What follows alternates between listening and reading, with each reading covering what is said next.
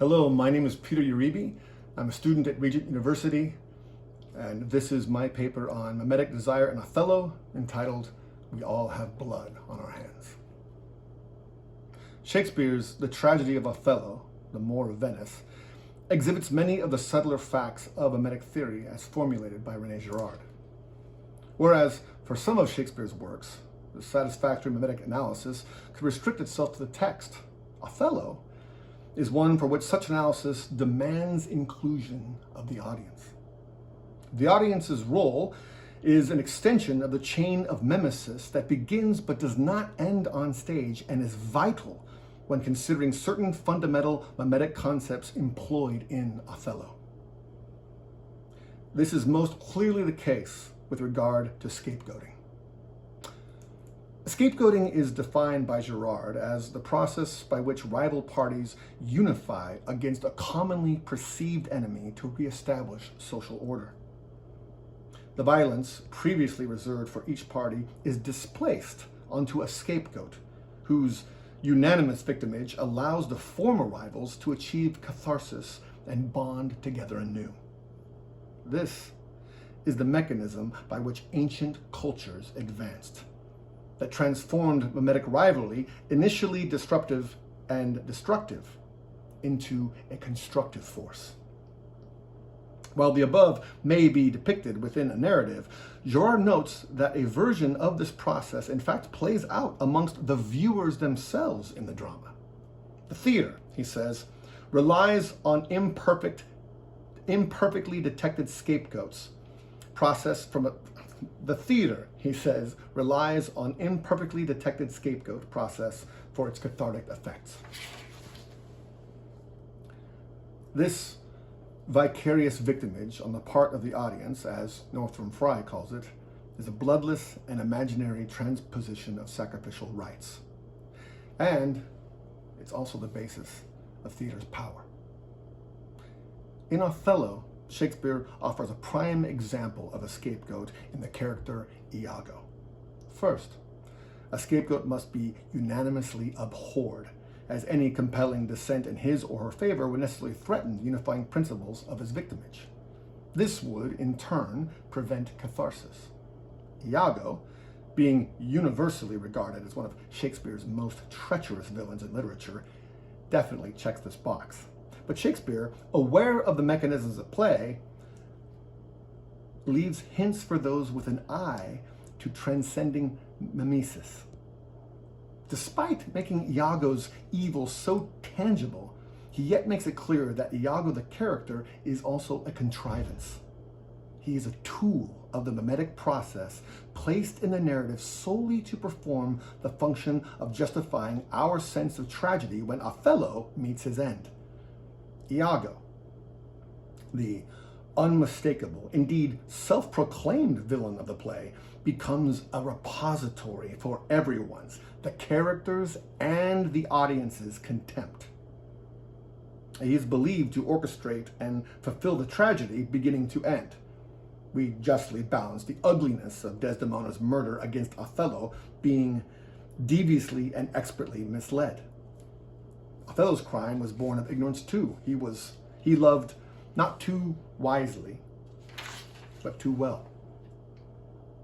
In fact, it is Iago's wickedness that permits us to reserve sympathy for Othello. In a bit of sleight of hand on the bard's part, scene after scene, he fosters Iago with such relentless wicked words that our passions are aroused against him. It takes no time for everyone in the audience to sign on to hating the man. But the skill with which Shakespeare hooks our passions obscures the rather glaring facts that one might otherwise consider flaws in characterization. One of the great questions in Othello is, what is Iago's motivation? The few motives suggested in the play quickly dissolve when they are considered against the extremity of Iago's evil doing. They are grossly disproportionate. One, the rumor that Othello slept with his wife Emilia is unsupported by any other indignations of Othello's character and is in fact explicitly questioned by Iago himself.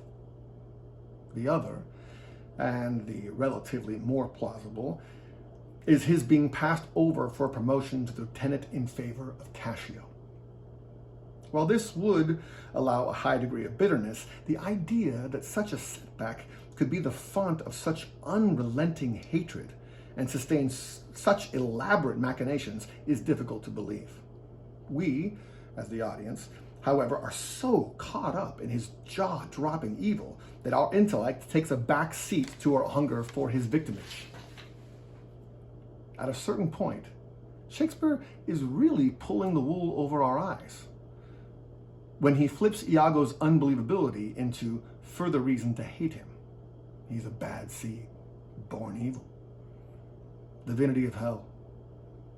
When the devils, with the blackest sins put upon us as they do suggest at first with heavenly shows, as I do now. Iago, Act 1, Scene 3. Like the devil, Iago merely throws light on the path. He does not force anyone down it. And what's he then that says I play the villain when this advice is free that I give? Iago. And at the conclusion, his work done, he cruelly denies Othello any insight as to confirm his own instrumentality. Othello, will you, I pray, demand that demi-devil why he hath thus ensnared my soul and body? Iago, demand me nothing. What you know, you know. From this time forth, I will never speak a word.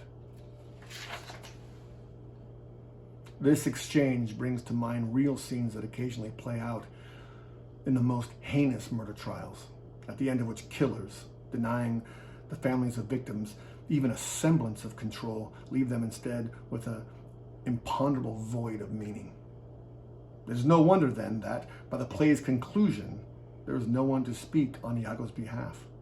The audience and all the characters are unified and unanimous. Our indignation is righteous, permitting us to loathe freely, to judge nobly, and to strike at the heart of evil in all goodness like a vanquishing Michael.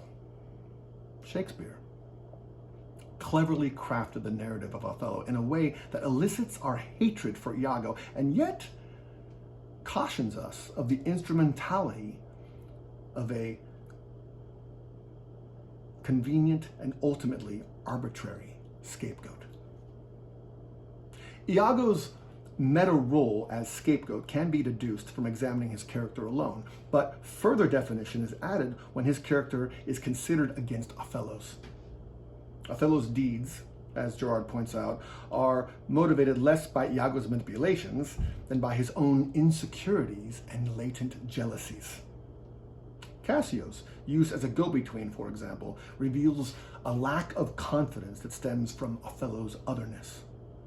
Despite outranking Cassio, the latter's social privileges, being white, attractive, youthful, easy in the company of aristocrats, provides clear targets of mimetic desire for Othello. It can be surmised that the whole of Othello's professional life has been a contest of running after mimetic desires. A man of his ambition desires only more as his portion increases. Given his otherness, one common quality of scapegoats, it is reasonable to imagine that he himself was at some point a scapegoat, yet one who managed to reverse opinion by his achievements. But once branded, the mark remained. The young, naive Venetian girl must have beguiled him. He says as much when recounting their love story in the courtroom scene. It was strange. It was passing strange. It was pitiful. It was wondrous pitiful. This memory is the clearest view in the play of the divine love that Shakespeare does not allow Othello the facilities or luck to apprehend. He is truly humbled, his ambition calmed, his insecurities assuaged, not erotically driven, not lustful. But divine insight is an ephemeral thing, especially in the company of politicians and sycophants. Despite any such moments, his attraction for Desdemona was dominantly mimetic. As he embodied a mimetic image for her with his tales of danger, she paralleled this for him as representing everything he wished he possessed. His mimetic desire worked in tandem with his insecurity. After Iago permits him to indulge his suspicions, Othello combines in his heart the mimetic object, Desdemona, with the mimetic obstacle, her believed infidelity. As Gerard writes, when these have become one, Eros is the destructive urge, are also one. And this is what Shakespeare portrays in his conclusion. Iago's treachery is unnecessary because the two lovers, to begin with, are driven by mimetic images. Secondly, Othello's chronic self-doubt makes inevitable the violence that only seems alien in Shakespeare's drama. In Othello, we see Shakespeare's mastery of storytelling employed, not only to capture our passions, but to show us how vulnerable we are to having them captured. Thank you.